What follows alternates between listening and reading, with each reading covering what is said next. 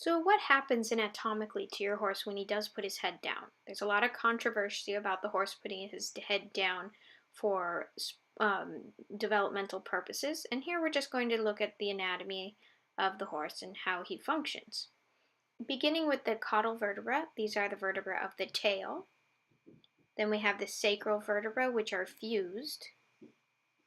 We also have the lumbar vertebra just behind the back, the thoracic vertebra, which makes up the horse's back, and the cervical vertebra of the horse's neck.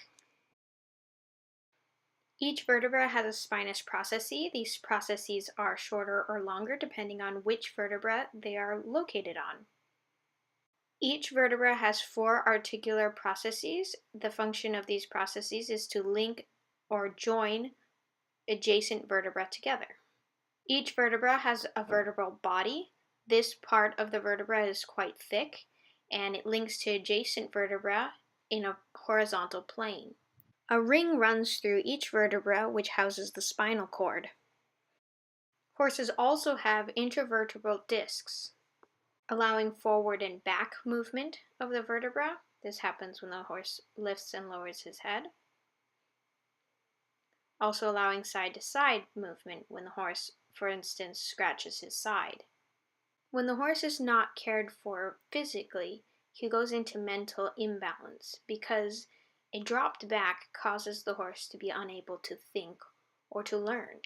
And when he is in a state of flight with his back dropped, the spinal processes begin to rotate towards one another. This, as we know, is kissing spines. It happens over time when the horse habitually stands or moves with his back dropped. Now, the kissing spines happens as these processes begin to close their spaces and the processes begin to rub one another. This can become permanently fused.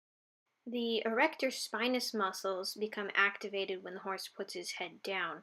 So putting the head down is in fact quite good for the horse. However, if the posture muscles are not well developed, this has minimal effect on the opening of the spinous processes. As a result of poor muscular management in the horse, we start to see signs such as a hunter's bump and compressed vertebra.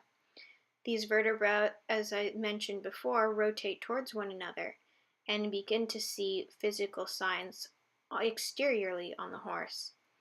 It shows as a bump at the croup, a upward bump over the horse's spine in his back, and also in the sacrum. Compression is not limited to the horse's haunches, however it is most visible in that area.